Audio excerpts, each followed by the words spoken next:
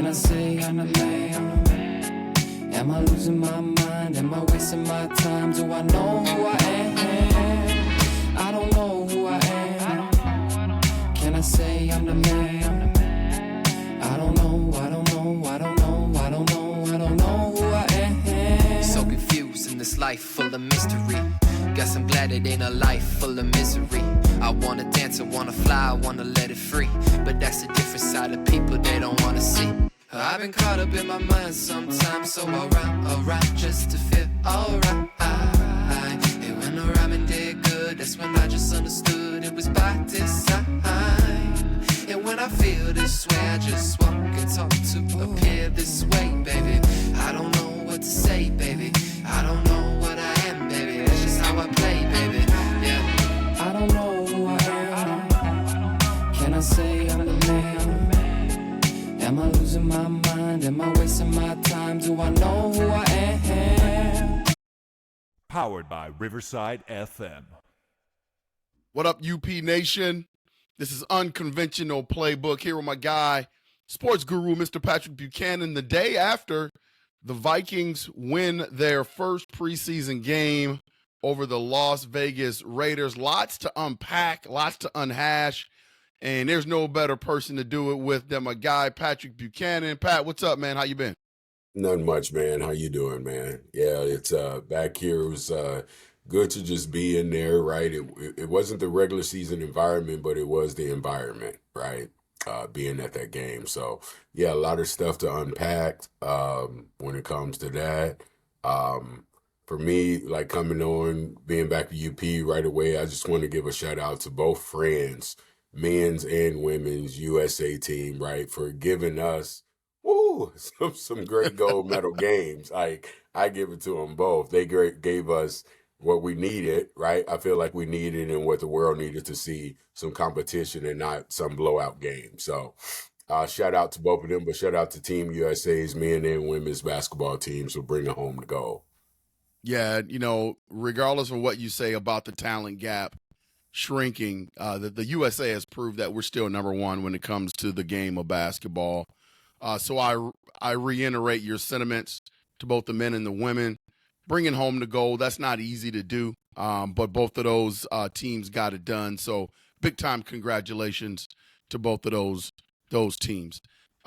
Minnesota Vikings, man, there's you and I just said it, lots to unpack, lots of ways we can go. I'm sure we're going to get into a lot of detail. First, it was just good to see football back, man. One of my favorite times of year is always the fall because it's NFL football, college football.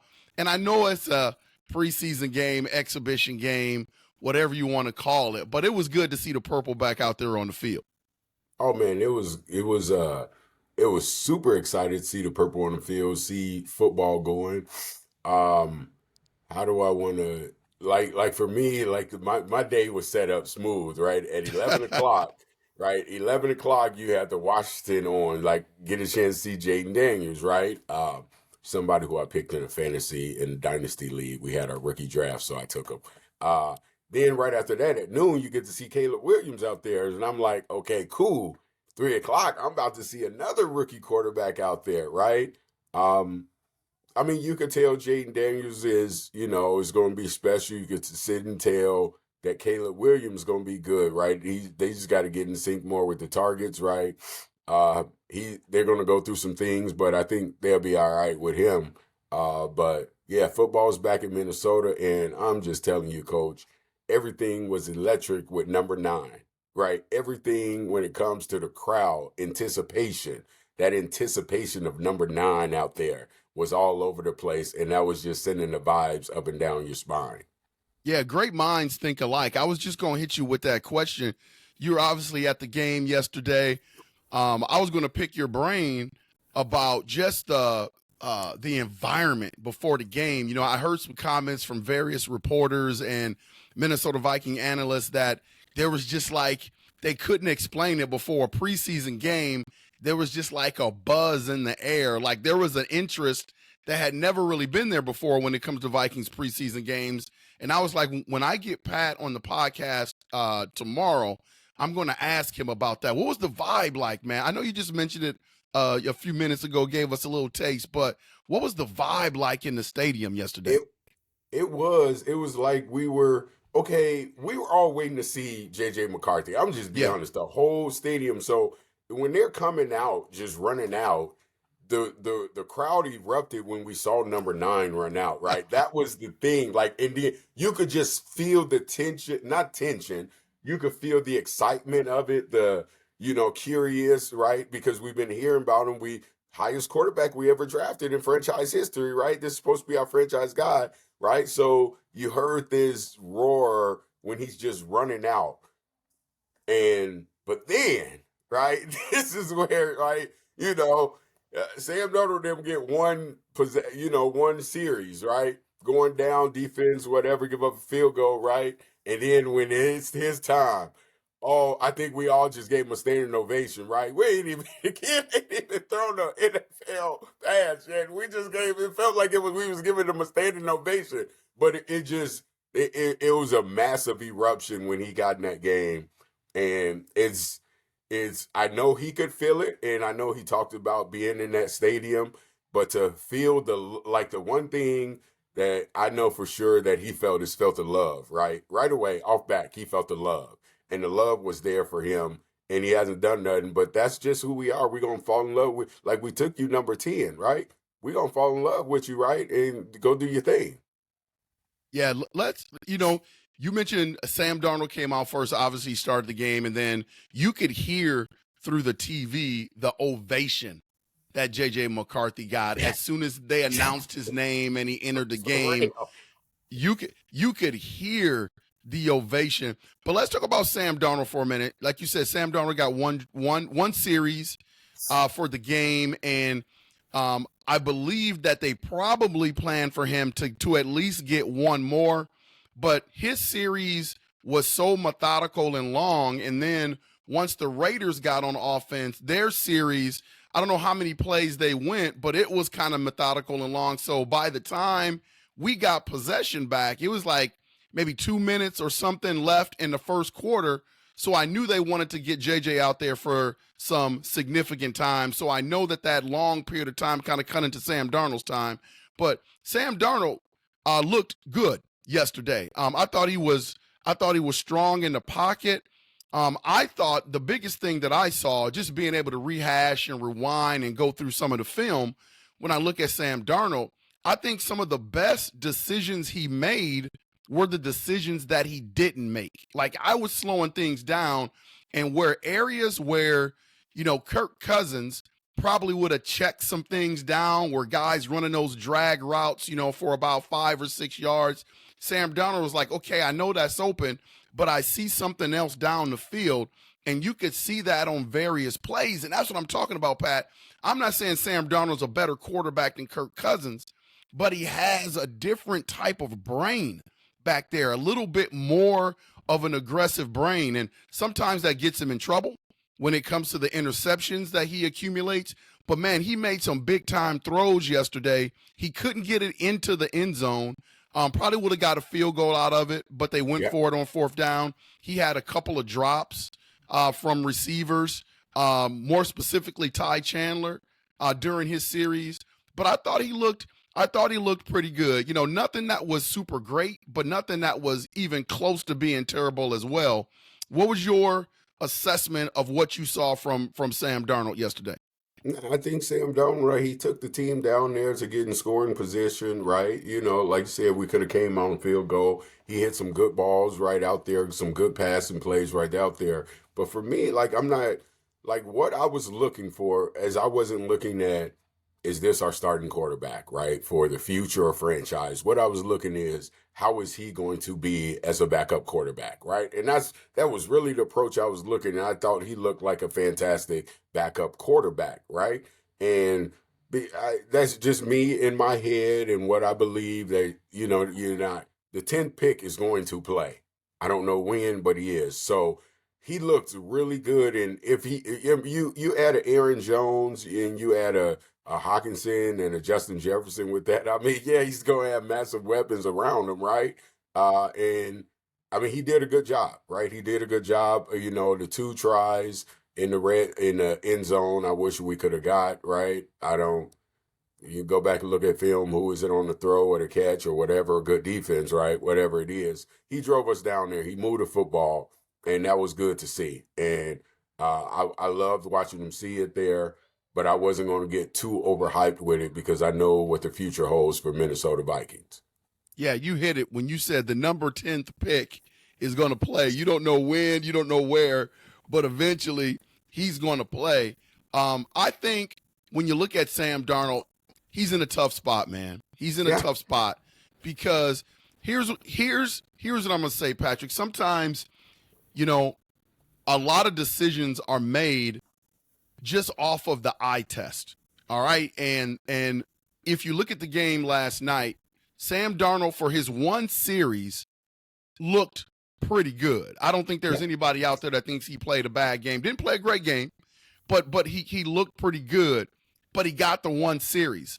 And then you flip it. And I know we're going to get more specific into JJ McCarthy, but then you flip it to JJ, and JJ got a lot more opportunity, and the visual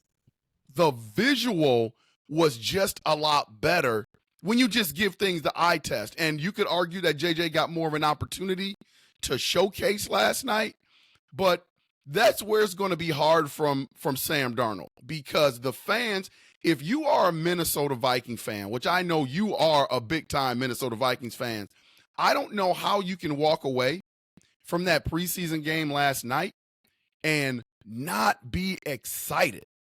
And so I agree with you, man. I think Sam Darnold is, to use a term that might be a little bit overblown, but I think Sam Darnold is dead man walking, because when you look at if JJ McCarthy keeps this progression up, Sam Darnold can't have a bad game. Yeah. Because the visual from last night is that JJ McCarthy possibly is shrinking the gap between those two, and he possibly could be our number 1 quarterback being ready to go, not trying to overblow it. What do you think? Yeah, everybody use that gap quarterback. You come in on a 1-year, $10 million contract. Like I'll say it again, as I said in previous podcasts, $10 million is not a starting quarterback in the NFL, right? It's just not, right? Unless you're on a rookie contract, right? And he's not on a rookie contract. That is a backup quarterback contract.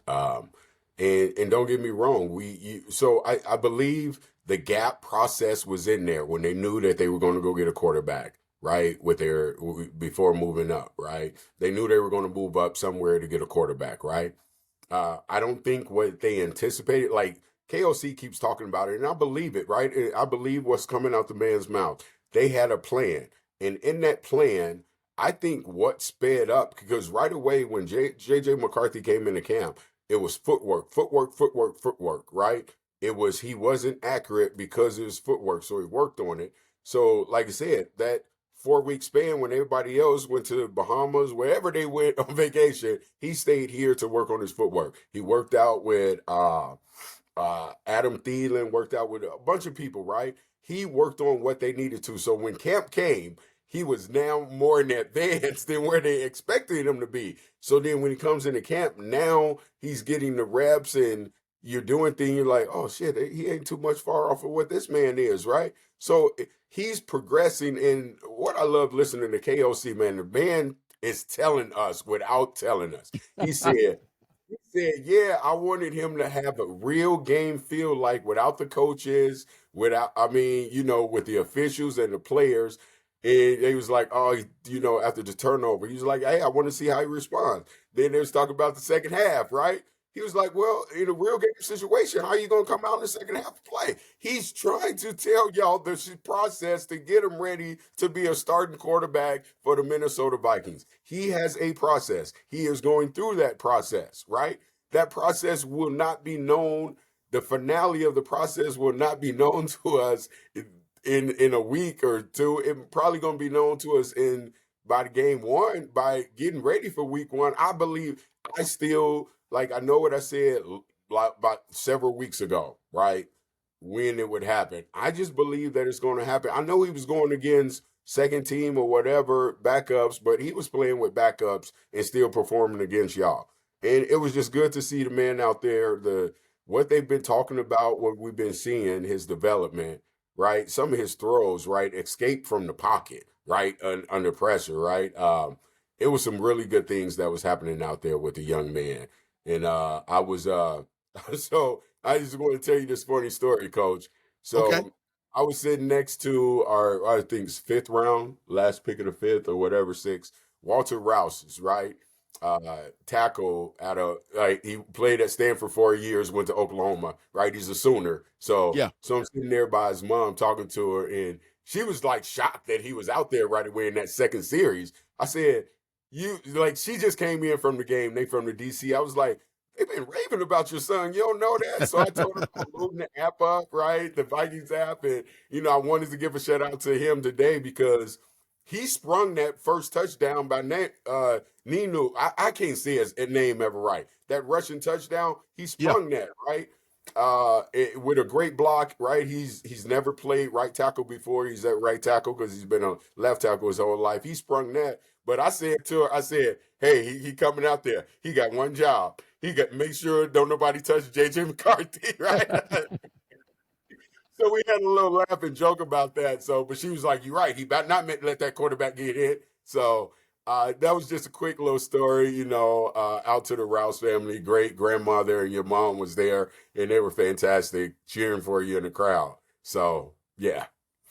Yeah, so those are always great stories, man. When you see the families behind the scenes, like that's a part of football that you really, really don't get.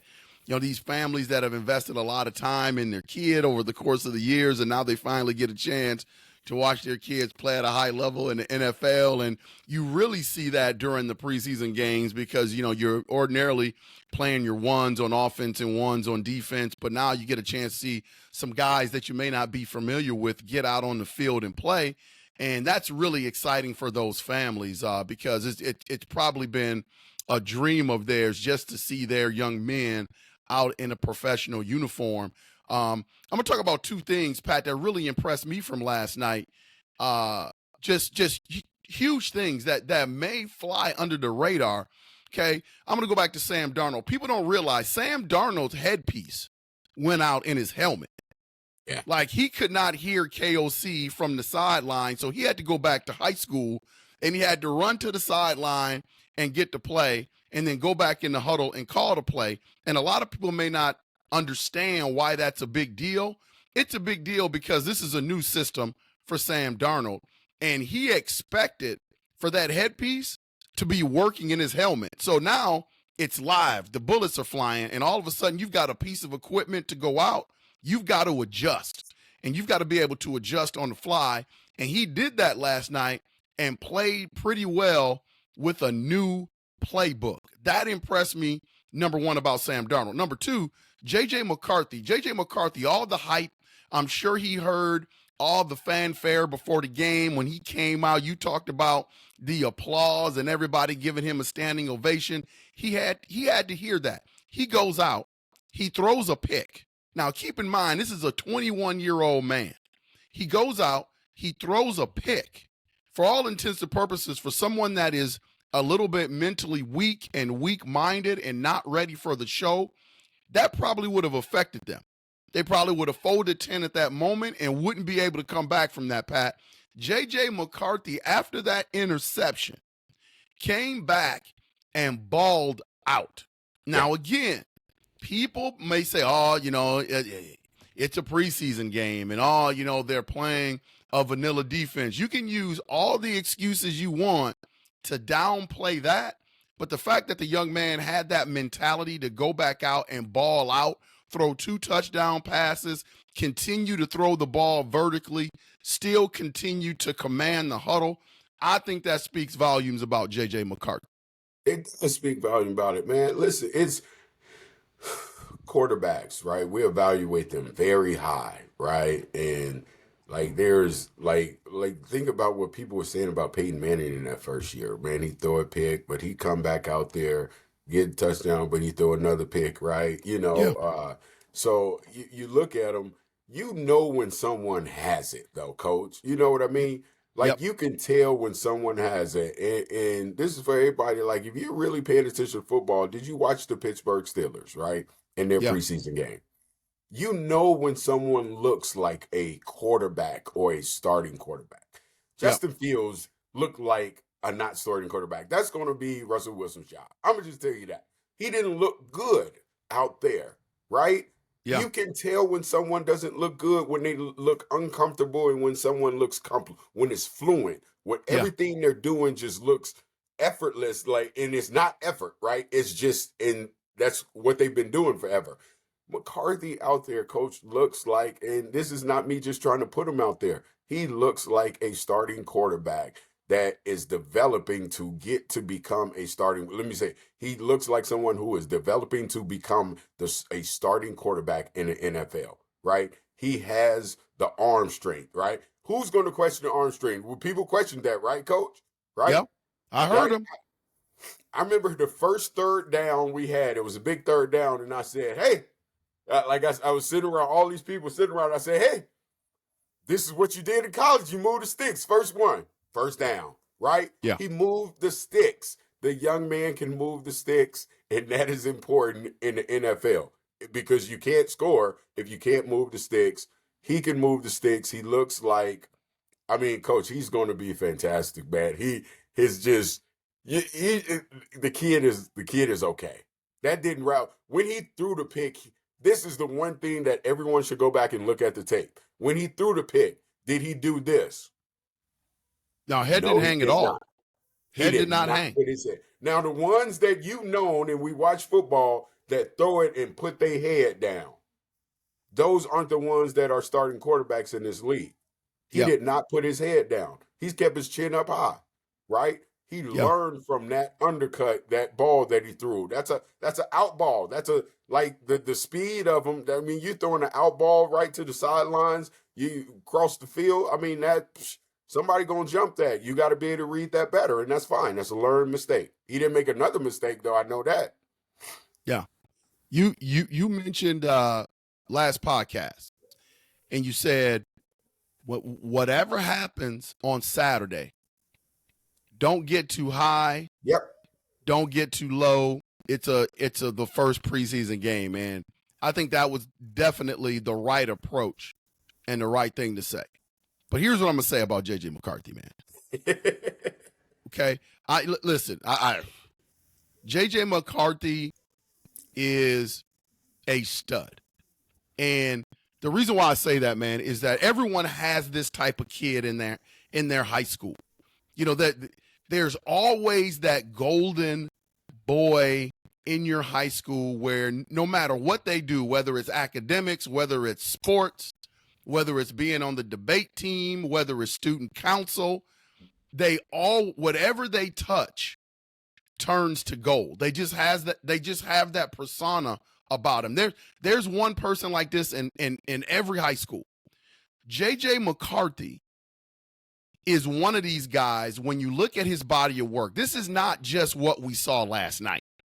This is from day one when he got drafted. He says the right things. He does the right things. You mentioned him staying instead of going on vacation. That's another instance where he's doing the right things. You said that, he had trouble with his footwork coming in. He stayed and corrected that. Everything that this young man, over the course of a couple of months, Pat, since he's been drafted, can you remember any misstep that JJ McCarthy has had? Can you remember anything in the media where he talks where you kind of question that? I mean, the guy is doing everything right. And here's what I know. When I say he's a stud, I'm not ready to say that he's going to be Tom Brady or Pat Mahomes or anybody like that. I think we need to sit back and watch him a little bit longer over the next couple of years before we anoint him in that. But here's what I'm confident in saying about JJ McCarthy off of the couple of months he's been with the Vikings and what I saw last night. The kid's a winner. The kid has swagger, and there's no way in hell, you can book this on the UP, there's no way in hell that kid is going to be a bust for the Minnesota Vikings. So no. You're either going to get a pretty good quarterback to great quarterback. I am comfortable in saying that because he's only going to get better. he's only going to get better. And again, you can create all the narratives you want. Kevin Seifert, a beat writer who covers the Minnesota Vikings, I love reading his columns, but his column about the game last night was putting a damper on JJ McCarthy, where he was like, okay, here comes the overhype takes on JJ McCarthy. Everybody's going to anoint him the second coming, which that may be true. But you know what? It's not fair, because if JJ McCarthy would have went out and thrown 4 picks last night, what would the narrative have been in the papers this morning? So if you can get after him on days where he doesn't play well, you sure as hell got to give him praise on days that he did play well. And UP Nation, Viking Nation, Skol Nation, whatever you want to call it, everyone has permission to be excited about JJ McCarthy, because they should be excited about what they saw last night. 100%. I mean, you go back to a whole bunch of different things, right? So that's the first playoff win and how many preseason win and how many games, right? So as a young man to go, he led us to 3 touchdowns, right? So he led us to 3 touchdowns, right? He threw 2 of them, right? He led us to 3 touchdowns. He doesn't lead us. Do you believe, watching what you saw in Jaron Hall, that he would have led us to 3 touchdowns, right? Right? I don't know if Mullins would have led us to 3 touchdowns, because we had been losing with these guys in the preseason. So what makes you think we would have? But Pat, I'm glad you brought that up. This is why I have you on the show, because you hit some really good topics. Looking at Jaron Hall was someone that we were, tentatively putting our future into. We were investing in Jaron Hall to possibly be our future franchise quarterback. Did you see the difference between Jaron Hall and JJ McCarthy? Man, there's just a difference there, right? Night and day. Night and day. It's not even comparable at all when you look at both of them. Like, I would have loved to see Mullins out there so you can compare them to that, right, as well, right? And I love what you just spoke about, right? Like, if someone does bad, they're gonna just eat them up in the media, right? But if someone does good, you don't want to praise them. Like, that's as humans, why would you even not want to do that? That's like saying when your kid comes up and they do something good, you don't tell them good job, because you're going to discipline and teach them right when they do wrong. So they need to hear both sides. And this man needs to hear it, because he had a pretty dang good performance out there. Preseason or not, that was his first snaps in the NFL ever, right? So we can criticize him. Jaron Hall has taken way more snaps than him, and he looked like, one looked like they were still in college, the other one looked like a professional quarterback, right? Yeah. It is what it is. I mean, Sam Darnold has played how many preseason games and had to, when he's a backup and whatever, right? You can go through that and look at it. In his first time out, he looked pretty dang good. Did he make a mistake? He should have made one. He's a rookie. He was supposed to. They always talk about, get this out, because there's I don't think anybody can tell me a quarterback that's played a full season and never threw 1 pick, right? Yeah. So in the preseason and practice is when you're supposed to get it out and learn from it, right? If he never gets that pick, he doesn't get to learn how to make that throw better next time, or maybe not how to throw that throw next time, right? So you can only critique that anybody has of that man is the interception, and I think it was a great interception. I think it was a great learning point for him, right?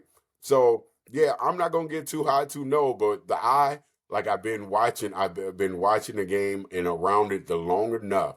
And you've always told me about this, right, with your quarterbacks coming out for Ohio State. And, like, when you and I talk, and I talk with so many other people, the eye test is the eye test. And this is my love for the game out of it.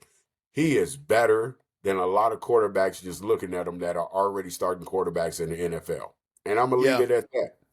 Yeah, what the eye test can give you is, again, that the eye test won't show you his ceiling, because who knows what his ceiling is. But what the eye test usually tells you is when somebody is special. You said it right. He made a mistake last night. That interception was a mistake. He's a rookie. He should make mistakes as a rookie. He's not going to come in and play perfect. But Pat, I'm gonna let you in on a little secret. he should have made a ton of mistakes as a rookie last night. And again, he did not. He did not. JJ McCarthy showed a little bit of everything last night. He showed his mobility when the pocket broke down, scrambling for a first down. He showed his arm strength where he was throwing the ball vertically downfield.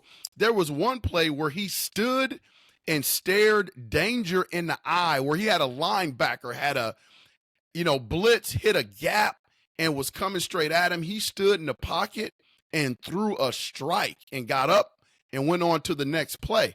Again, something that may be flying under the radar that people don't notice, and this may seem a little bit silly, but what I saw last night, his technique in handing the ball off, just handing the ball off, is extraordinary. And why that's important is because KOC runs a play action pass. It is.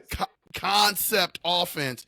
And his fundamentals in terms of hiding the ball, handing the ball off, making everything look the same so linebackers don't know whether he's going to hand it off or keep it. I saw that last night, and I was like, okay, that's total Harbaugh right there. And that Michigan run offense, play action pass, that came through. When I was giving it the eye test last night, I'm like, this kid is going to be a magician with the football. Did you notice that? Yes. Oh man, I noticed that. Like, he got me. Ain't he gonna lie? He got me. That's how I can tell you when he did it. But it just like, so I've been paying attention to his stance, right? Because they moved it with his left foot up, right? I've been paying attention to his stance. I've been paying attention to his drops, right? Whether it's 3, 5, whatever step drop. Like, I'm paying attention to it and looking at his base and seeing, how he's opening up, right, his hips or closing his hips up when he's throwing, right? Just all those things. So even the handoff, right? The handoff it's so smooth, right? You're going to have trouble when he is going to throw the ball. But something else that I don't even think we said it yet, Coach, right? Poise in the pocket. Yes. Right? So young guys can't go through all the reads. Right, we've seen it. Like, to go through all the reads right away, they get happy feet or they just make a bad play. He stayed poised in the pocket and went through his reads. And that was pocket presence, composure, poise, that pocket, right? And being able to be in that pocket like that, that was what I was really impressed by him yesterday, by his pocket presence, right? Being able to move within the pocket and be able to go through the reads down the field as well. That's what impressed me really about him, because he threw some fantastic, man. The man could throw the ball. He could throw the ball. Hey, they've been talking, he can throw the ball in some really small windows. And he threw the ball in some really small windows. And he had space where he threw the ball, right? Both his touchdowns, one is a miss, but the other one was a timing, right? When he let the ball go, they were neck to neck, receiver and cornerback, and he let it go and trust it, right? So that's something you work on. And the intermediate, right? It's one dump pass that he tried to throw that it was in the first series. I was like, knock the rust off, young fella, right? You're supposed to overthrow, a flat, right? You just overthrew it, right? Whatever. To the running back, I didn't say, oh my God, this guy can't throw the ball, because I looked at the other 20 damn throws he threw and it looked good. Yeah. JJ, man, Harbaugh said it when he came out. And I think a lot of people dismissed it because they looked at it as, okay, Harbaugh's just trying to promote his guy. But Harbaugh called him the best quarterback in the draft. And I know Harbaugh is biased, because that's his guy. He's got to support his guy. So, I wasn't surprised that he said something like that. But we've seen all the quarterbacks now that were drafted. Not just yet. We got one more to see. Who's that? Got Bo Nix. Got to see Bo okay. Nix. Yeah, okay. Got to see Bo Nix. Got to see. Yeah. And I see. But we can talk about the 5 we've seen, and I can tell you right now. No, I should have said all the quarterbacks that were drafted ahead of JJ McCarthy. Okay, yeah. I knew Bo Nix hadn't played yet, but I think it's easy to say in terms of their debut, Pat. in terms of their debut, JJ McCarthy had the best debut out of all of them. I know Caleb Williams had good game yesterday from Caleb Williams. I mean, he looked good. For the Bears are similar to the Vikings. They've always been searching for that guy, that quarterback. Caleb Williams, if I'm a Chicago Bears fan, I'm happy with what I saw. Yeah, I'm happy with what yesterday. I saw. But he's been struggling in camp. From what I hear, but he came out and put it together. But JJ McCarthy, man, out of all the quarterbacks in that draft, the ones that were picked ahead of JJ, I think JJ had the best debut out of all of them. Would you agree with that? He had him and Penix had the longest debut. I would put him at number 2 just because even in the one series. Ooh. And I'm a Jaden Daniels fan, Coach, right? Don't get me wrong. And that ball that he threw up the sideline, that deep ball looked fantastic, right? Right. And he showed the ability of his legs, right, to get in the end zone. So it's like 1A and 1B with them, right? Yeah. And then I thought Penix performed pretty well, right? And then I got Caleb, right? Penix going to put some pressure on Kirk Cousins. Y'all, people asked about Atlanta and this and that. Penix going to put some pressure on Kirk Cousins out there, Coach, because me and you liked him coming out, right? Yeah. So maybe Caleb, and then Penix, and I don't even know if Drake May name is gonna come up behind Bo Nix after we watch Bo Nix, because Drake May, oh my goodness, oh jeez, and they've been talking about his struggles. They said we dodged the bullet with that one, Coach. But that's what I hear. Yeah, we dodged the bullet with that one. Cool. Thank goodness we didn't get up number 3 spot to go get that man. Oh man, and I knew it coming out. I didn't want him. I never wanted him. And I can't even say I wanted JJ McCarthy. I know who I wanted, right? And that's the person I talk about, Jaden Daniels. But I'm going to tell you this right now. The things that everyone keeps saying about JJ McCarthy, it's just something about him. It's just legit. Something about him. And this is not no hype or whatever.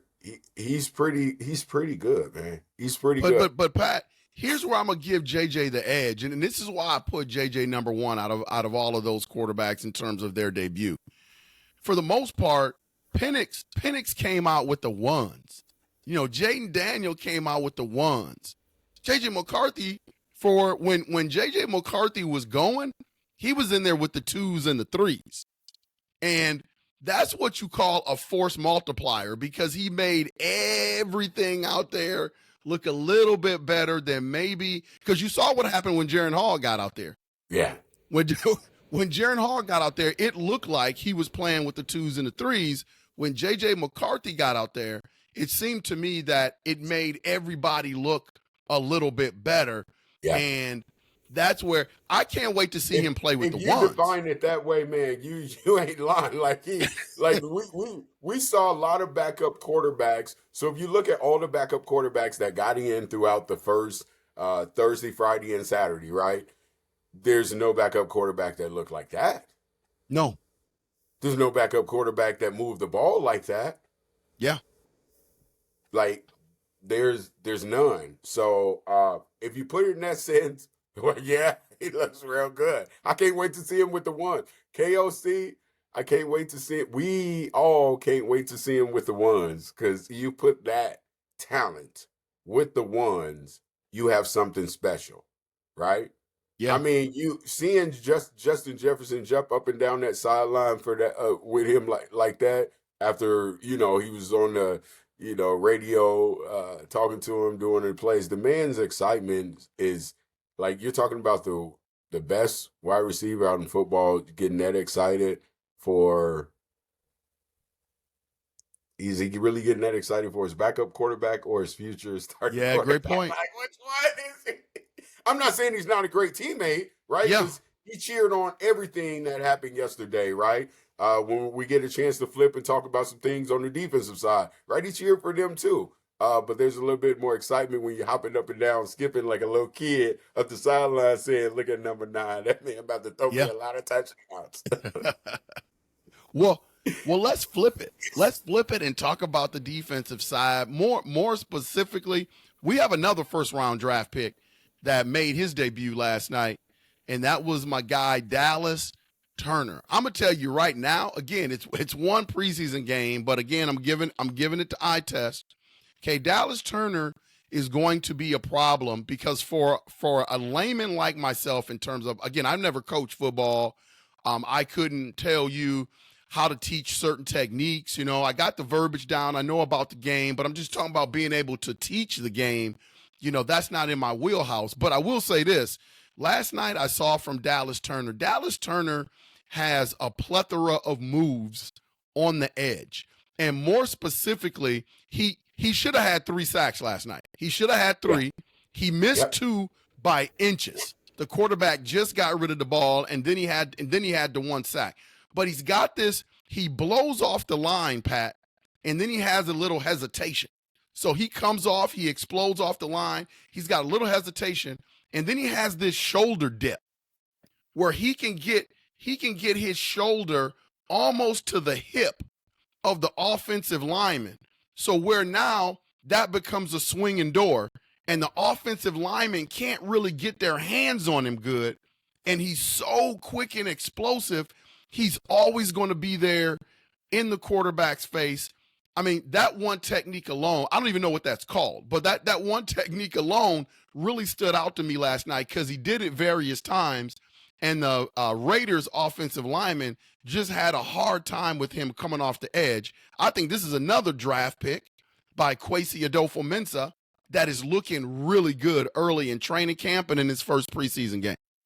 Oh, for sure. Like, Coach, and I don't know what to call that move neither, right? It's not a bull rush, right? It's not a swim move, right? It's not spin, right? It's a leverage, right? Really, it's a leverage. But if you go freeze frame him and you go through Reggie White, you go through, Julius Peppers, you go through Jared Allen, you go through you go through some of the great defensive ends and watch them. It looks the same. Yeah. So you go through JJ Watt, right? Both of the Watts, right? Nick Bosa, right? Crosby, the great ones now that I'm bringing up, right? So you go through and you look at them, it looks the same. Like, that is a move that the defensive end, you got to have that in your repertoire, right? Just beat them off the edge, get low in leverage, right? And get around that edge, and that quarterback is going to make a mistake. You're going to get that sack, or you're going to assist to a sack, or you're going to assist to a mistake that is going to be made. So the young man has the motor in him, right? We knew it. He should have never been the 17th pick in the draft. We talked about it last podcast. No, top 10 pick. What's that? I said he's a top 10 pick. Yeah, top 10 pick. All them people that did that, that's just, it is what it is, right? It's our reward, right? So that was good to see that out of him. I'm going to talk to, there was 2 other families that I was by, Coach, and I want to talk about them too, right? Yep. And one is Bo Richter, right? Bo Richter, right? Bo Richter family, love the support from him and his family, right? Fantastic.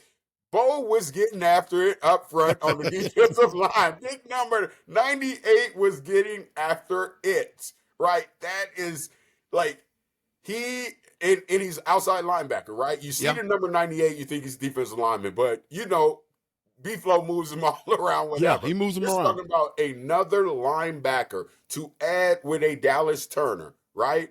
That is up front. He can put his fingers into the dirt, right? Or he can stand up. You saw him doing both, standing up and in the dirt. And I think he recorded 3 sacks, if I'm not mistaken, right? He recorded 2 or 3 sacks, right? But he also got his nose in there on some plays, rush plays or whatever. Bo Richter was that was fantastic up there up front, right? And remember, you and I have been talking about depth, right? Certain people being with the ones and things like that, right? So the other family who I was by, right? We just been talking about him was Mr. Rodriguez. Mr. Rodriguez came through on that stunt and he hit that quarterback, right? Those are some guys right there that I saw some good things out of up front, because that front 7 is really what's going to help the back end for us. And those are just 3 names: Dallas Turner, and all the guys up front played real good, right? They did. Dallas Turner, Bo Richter, and Rodriguez really stood out to me as future guys in this organization. Yeah, Bo Richter had a great game. LDR had a great game, and LDR, he's that Tasmanian devil, man. Again, I see a lot of comparison when it comes to his engine of a John Randall, who is a Hall of Famer, and I don't think anybody's ready to anoint LDR a Hall of Famer yet, but he's got that same motor, he's got that same engine. This kid was a 7th round pick. He's been getting a lot of reps with the ones. He helps us in an area where we really didn't get a whole lot of chance to really address it during the offseason. That front defensive line. He made a lot of plays last night. You could argue if you had, a couple of candidates for player of the game, he may have been, considered for player of the game. But you're right, man. Those guys, Bo Richter and LDR look really good. I'm going to tell you another guy that, I don't know how much he played. He probably didn't get a whole lot of run last night, but the run that he did get, Pat, on the defensive side of the ball, he made his presence felt. Bobby McClain, that's a nasty man. I still can feel the hit. I was sitting over there like, he ain't getting up. Like, that hit, Bobby hit, My first thought was, okay, B-Flow, I see why you brought this man in. He's fierce back there, Pat. He's fierce back there. Man, I felt it. I was like, that was clean, though. It was clean. Yeah. It was a good hit. It was a good hit. You got put in a bad spot. Yeah. The thing that stood out to me last night, Pat, and I don't even know if you went there. I don't even know if you thought about this. But it seems like to me, every pick, for the most part, from Kwesi this draft really had some sort of significant impact last night. You can go to the end of the game where our kicker from Alabama, Will, under the lights. And again, man, people say, just a preseason game. Man, look, you still got to kick the field goal. You still got to make the plays. Pressure situation. Jaren Hall gets us, in field goal range, and my guy puts it through. So, Coach, I want to get to that, right? Because at this moment, like, I'll be honest, when everyone's standing over by the doors, right, where the doors open up, and I'm up there now because I'm like, I want to beat the rush. I don't want to be in my seats, right? So I'm standing there. We're all watching it. I'm watching Jaren Hall. When we get the ball back at the 40, right, of our own 40, all I said, Jaren, just get it to the other 40. He can kick the 57-yarder, right? That's all. And I'm sitting there. So I'm sitting there, and there's some people like, oh, it's a field goal. I'm worried about it, right? It's not. I said, listen, man, he from Alabama. That's what I just kept saying to people. There's a bunch of people around. I was like, hey, y'all got to stop this Minnesota kicking stuff. These ain't the past kickers. This man is a winner. He knows how to win. So I'm glad they got it even closer so he can come through. But, he got one of his field goals blocked. So you never know what was going to happen out there. Man, he put that thing through the uprights and broke the curse, right? So the curse was broke. It was. Yeah, like you said, Kwesi has hit on these picks, man. I think every pick and some of the undrafted free agents going to make the roster. I think they're just going to make the 53-man roster. If they don't, they're going to be on the practice squad. I don't think that we're going to – the undrafted rookies, right? And, like, some of the names were here. Not all of them, but all the draft picks. He did a fantastic job of hitting, right? Just imagine if Kyrie was still alive. He'd be one that we're talking about right now. Oh, for sure. Which I love the way that they gave tribute to his family yesterday, the moment of silence. His little brother coming out for the coin flip. KOC, before the press conference post game, like he wanted to address that right away. And I think the Minnesota Vikings are doing a great job of honoring him and his family. And I just needed to say that, right? Yeah. Out loud. But Coach, like I sent you the message while you was probably getting ready for the wedding, right? Do you see who's coming on a visit? I saw that. I saw that. Mr. Gilmore is coming on a visit. I'm trying, Pat. I'm trying not to get too excited about that, because the visit is one thing, and not letting him get back on that plane before a deal is done is another thing. So I'm excited. He's flying in today. He's meeting with the Vikings tomorrow. I'm hoping that meeting goes pretty well and he doesn't have to get back on that plane, because he will be someone that could really bolster our secondary for sure. What are your thoughts about that? Oh yeah, I really think that he can bolster it, right? He's been sitting there for a minute, waiting for the right whatever, and I can't I can't fathom that he has not went and visit somewhere else as well, right? Yeah. Like he's been sitting out there. Other people have had to contact him, and I think maybe we contact him at the right time. We'll see what happens. I'm excited about it, but I'm not going to get too high and too low until it happens, right? And Yeah. because I still think he's like, I don't want us though. I want us to backtrack too. I don't want us to evaluate our corners and D-backs from how they moved the ball on us yesterday, right? Oh, The no. partial reason that I say that because they played super just base defense, and they didn't, he wasn't doing the exotic things he does because he's not going to show anyone. Our defensive backs look good because of the scheme that he runs. He did not run the scheme. It was vanilla. So just like JJ McCarthy wanted to see a vanilla defense because he had been going after this KOC's first team defense, like he said it like, I'm excited to see a vanilla defense, right? Yeah. That's exactly what we gave Caden O'Connell and Ginshu. We gave them a vanilla defense. So, but the addition to a Gilmore, just as a veteran in the locker room, right? Another veteran to add in there, like that's a lot of people that are hungry to win in there. And if we get that done, that's pretty good for us. Yeah, great thing you mentioned about the vanilla defense. That's a double-edged sword. It is. It's the first thing that I thought to myself last night when I had an opportunity to watch the game back. There is really no scheme out there. It's all base defenses. So I don't even go there when I tend to look at the scheme. I go and look at the plays where it doesn't matter what scheme you're running, you still should be able to make a play. So that's where I look at tackling, I look at awareness, because that has nothing to do with the scheme. No matter what scheme you play, you still have to tackle. So I look for stuff like that. You could argue, hey, the reason why JJ McCarthy was so successful yesterday is because he did play a vanilla defense. But with people that are saying that, you still got to be able to make the throws. He still threw some great passes under pressure when people were in his face. He still, when things broke down, he got out of the pocket, scrambled for a little bit, and made the right decision. So those are the things that I'm looking at. The next evolution of all of this stuff is when the games are legit. When JJ McCarthy faces defenses that are going to send multiple blitzers at him, can he make that hot read? Stuff like that. That's the next level of his evolution. But you're right. I've already heard how bad the secondary is. And, my first thought was B-Flow wasn't B-Flow last night. Everything is base packages. He's not going to show his hand.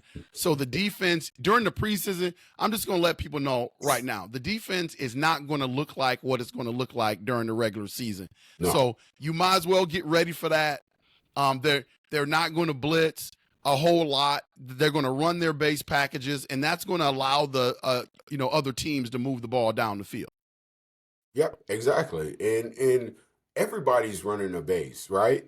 Yeah. But still, with everyone running a base, there's a lot of quarterbacks out there that couldn't move the ball in a lot of them games, Coach.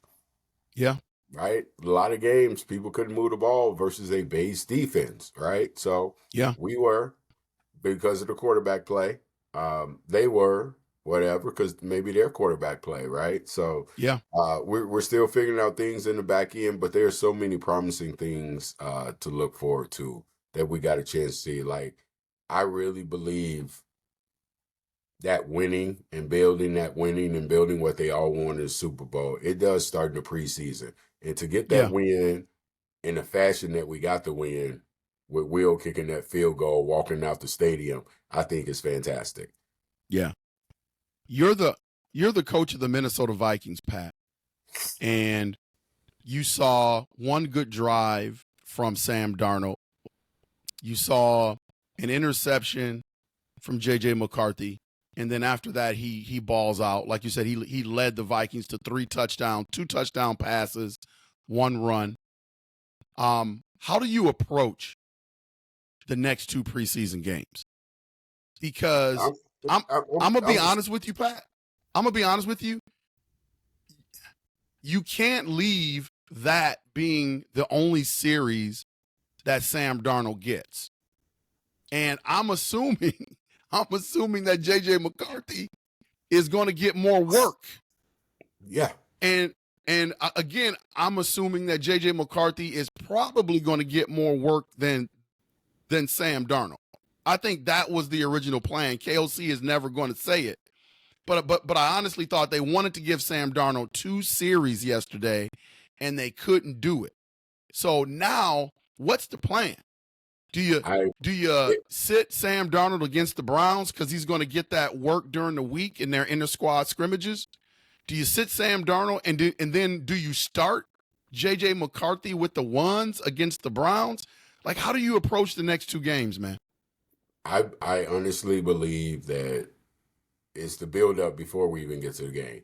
They're getting 50-50 splits with them both getting first and second team reps. Because now I want to start getting his reps up more with the ones and seeing how Sam handles getting work with the 2s and him getting work with the ones. Like all along, $10 million, man. You know, when we talked about it, you was a quarterback to come in here essentially to be a backup quarterback because we was going to get a draft, right? You knew that. They ain't lie to you and said you was starting quarterback. They would have paid you $25+ million. So I think that is going to start this week coming up with Cleveland in the inter squad, in the joint practices. And I think JJ McCarthy, and we're going to hear about it, right? I think JJ McCarthy is going to start upping his reps with the first team. How do I go about it? I do it one more time. Okay. I do it one more, depending on what I'm trying to get out. Like, I don't know his plan. And when we hear what's happening this week in the joint practices and then see, we're going to start to see the evolution of his plan. We don't know his plan, but if I'm the head coach, they're getting 50-50 in this joint. And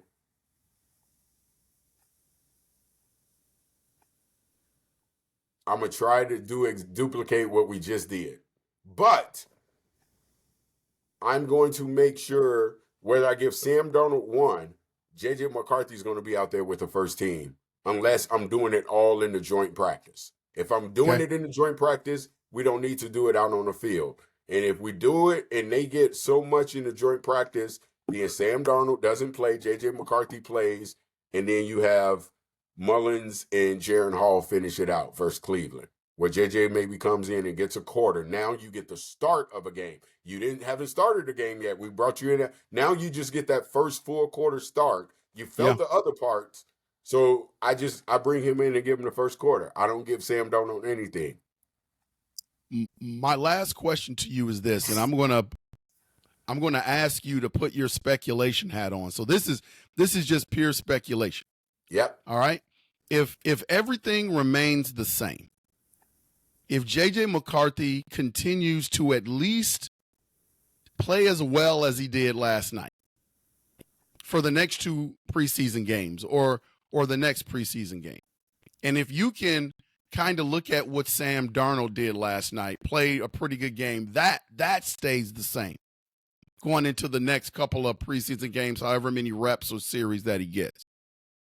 Who's your starting quarterback day 1? Sam has to outplay him to be the starting quarterback.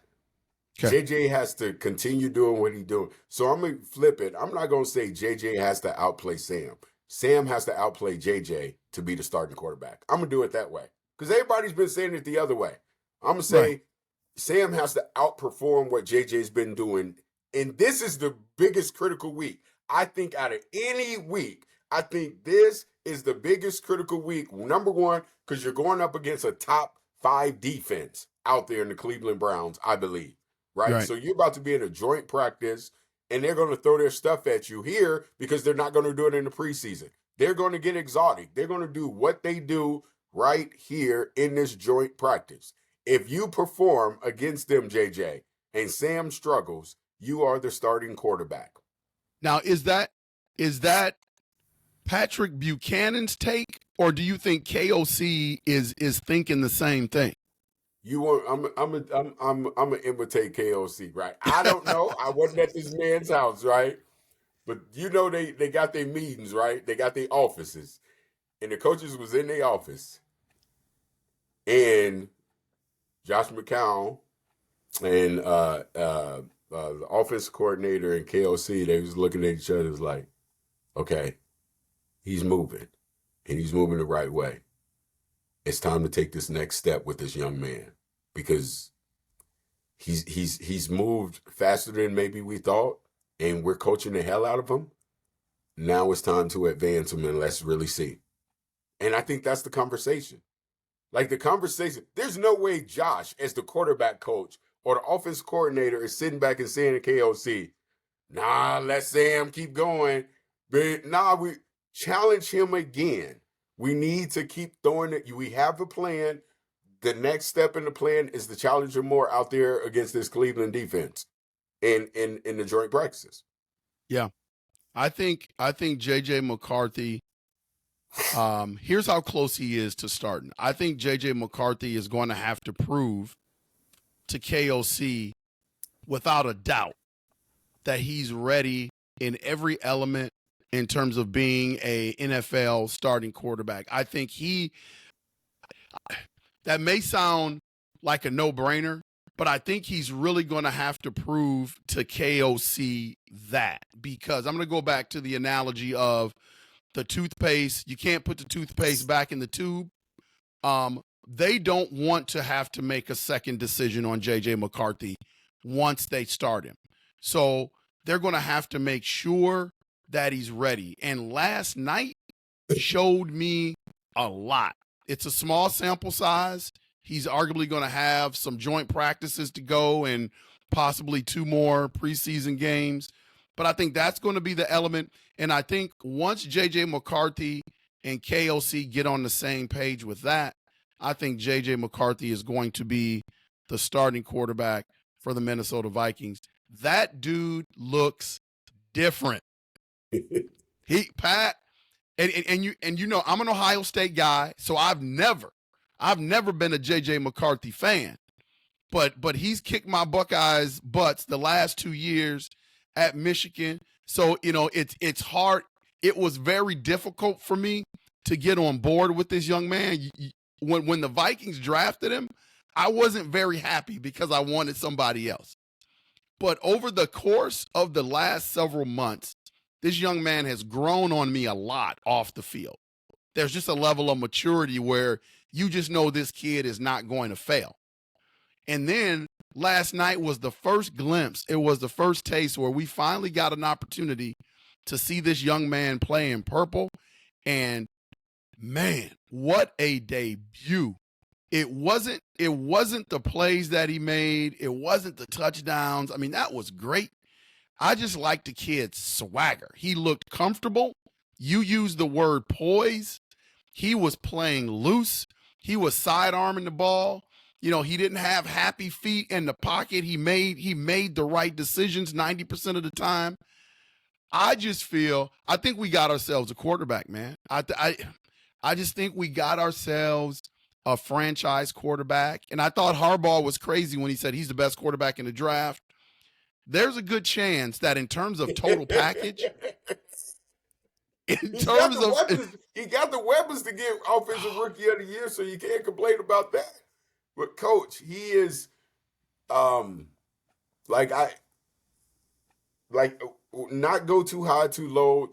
Like the one thing I love about KOC is he's been committed to his process, and he has this process. Yeah. And we all believe that the process is moving him to become a starter. I don't think anyone in the world doesn't know that that is the process. Yeah. The part that we don't know yet, and we can't get Week 1 is 3 weeks away, Coach. Right? Is it three Yep. weeks? And that's a month from now. What's the first game on 8/9? Yep. What is it on? September the 9th? September 8th or 9th, something like that. Okay, so pretty much damn near 30 days, right? Before the first game. Okay? Let's take our time. Let's let KOC go through the process. I think he knows what he wants to do. I think we all do. I think JJ McCarthy and Aaron Jones and the offensive line gonna have some say in this as well, right? I think the players are gonna have say in this as well. You don't think that they want them? What was I wanted to say? Here's the part about him that you got to respect. Did you watch his post game, his interview? Yep. And they asked the question, are those tights coming off right away? And if you guys remember about him, he keeps them tights on for a while before, when he takes them off, it's a whole new day. And he was like, nah, I got a lot of things to go back and look at and correct. Like, he wasn't satisfied. Like, as much as people giving it, he wasn't satisfied. He's like, nah, the tights are staying on a little longer today, right?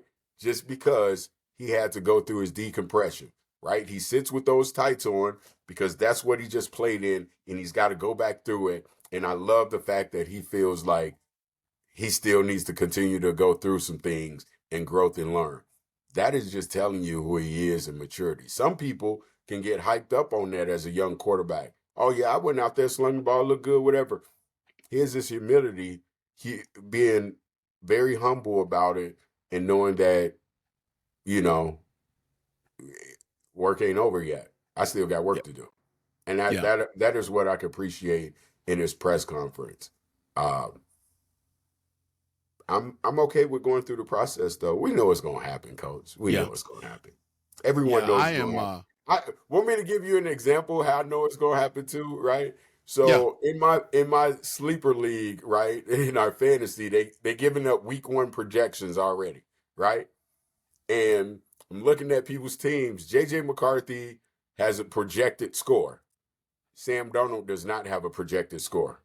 Right. For week 1. Yeah. Everyone knows what's going to happen. It's just the process, right? And I'm okay with going through the process. Yeah. I'm okay with it. I think everyone should be okay with it because I think that's super smart of what they're doing to get them ready. The process looks really good. The process looks really good right now, man. I mean, how they're handling him. He's not the. When have you seen a backup quarterback address the media and have his own press conferences? So they're helping him develop that off the field as well, along with the on the field stuff. I just think, and again, kudos to the whole organization, man, because when you tear all this stuff down, Pat, it seems like to me, all the decisions within the past year for the Minnesota Vikings are looking like home runs. You know, the not signing Kirk Cousins, the not signing Danielle Hunter to those big contracts, to address that void cap where now they got to pay their bills this year, but next year they're one of the top 5 teams in the league with the most salary cap room. You know, the drafting of JJ McCarthy looks like a home run. Moving up to get Dallas Turner looks like a home run. Then you got the offseason free agents that Kwesi, brought in to fill some gaps. Yeah, short-term contract, but these are guys that are versatile and guys that can play. Then you look at our undrafted free agents, our 7th round picks, where I think Kwesi, if you have, any criticism of him, it's not that. Him in the later rounds and finding these undrafted free agent type dudes. I mean, Kwesi has put a premium on that. I mean, he's hitting a home run in that, and then from the standpoint of bringing in drafting a reliable kicker, it just seems to me, I can go on and on and on and on and on, but it just seems to me, Pat, that every decision that these guys are making together, Kwesi and KOC, have just put the Vikings in a really good place. And now the only thing you got to do is get the quarterback right. And it seems to me, looking at it last night, my prediction in the last podcast about JJ and Jets winning 3 Super Bowls, man, that pick is looking pretty good, Pat, because right now the foundation is definitely there. I think everything that they're doing is trying to build for that, right? Which every team should, but it looks like, when something looks like it and something doesn't, right? Every team wants that, but you can see, right, when people, not doing things the right way. Like when the Twins always want to get back to the promised land, but they cheat. They don't spend money. They don't make trades right? You get rid of people just to save money. And you see it in the NFL when people aren't really moving in that direction, right? When they're rebooting, right? They got so far, but they reboot, and the reboot doesn't, like everyone said we were rebuilding last year, right? And it's a thing where the Vikings aren't in a rebuild. They're in just a reboot mode. And I think the reboot is like you went from 4G to 5G reboot, right? Yeah. Like it's kind of that enhancement because, okay, it's not playoff. Playoff is not our ceiling, right? It's Super Bowl's our ceiling, right? So sky's the limit. Everything they're doing is fantastic. And just keep doing it and stay with it. I talk to these families. This is just me asking, right? I'm not in the building, right? I know what we hear about the building, but these several families that was around me, and I'm asking them, how is your son doing when it comes to the organization? And what we're hearing is true. They take care of us. They good. It's a family place. We feel it, right? People from, South or DC that are family orientated, right? Single moms, right? Kind of doing this, right? With going through this process with their kid. Like, but sometimes single moms really don't know all this that's going on, right? Or just families or whatever, right? They love the Vikings organization and what they're doing for their son. So it feels like a family out there, and I think that's where it starts, right? It starts from what the Wilfs wanted, down to Kwesi to KOC, and there it is. Yeah, you can see that from the way they treated Kyrie Jackson's family, taking care of the funeral, honoring him, before the kickoff, having his, little brother come out. I mean, that's just first class stuff. And that starts from the top on down. It kind of shows you what type of organization the Minnesota Vikings is. Great showcase last night, Pat. I thought for the first preseason game, KOC gets his first win, but, as we know, it's not about the win. I just like that everybody that they had been touting, drafted, free agency, they showed up last night. We got to see it. We got to see it. You could see it, man. And that deserves some kudos for Kwesi and some of the decisions that he's made in terms of personnel. I mean, for a first go round in a debut, that looked really, really good. UP Nation, we are going to continue to talk about this throughout the week, Patrick and I. There's a lot of things that we didn't get an opportunity to unpack today. Some more players that we would like to talk about and discuss, and maybe some other things that we saw during the game, along with the Cleveland Browns joint practices that are coming up this week. We're going to talk about those, and that's going to lead us into, the second preseason game versus the Cleveland Browns next Saturday. We're going to make sure that we bring in the content and cover that. But all intents and purposes, the Vikings deserve a round of applause. That was a great way to show up.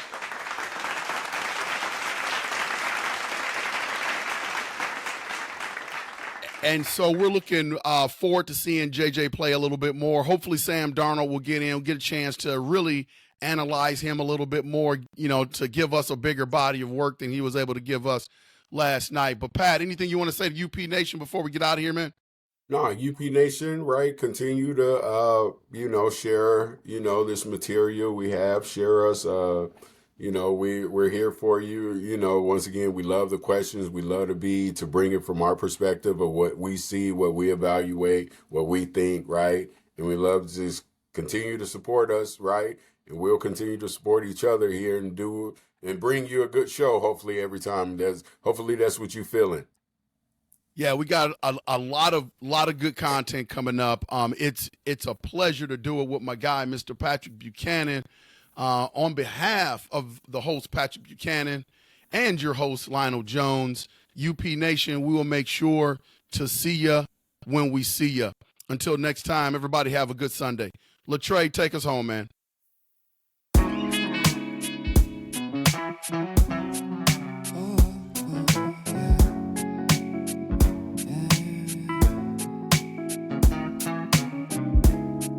I don't know who I am. Can I say I'm a man? Am I losing my mind? Am I wasting my time? Do I know who I am?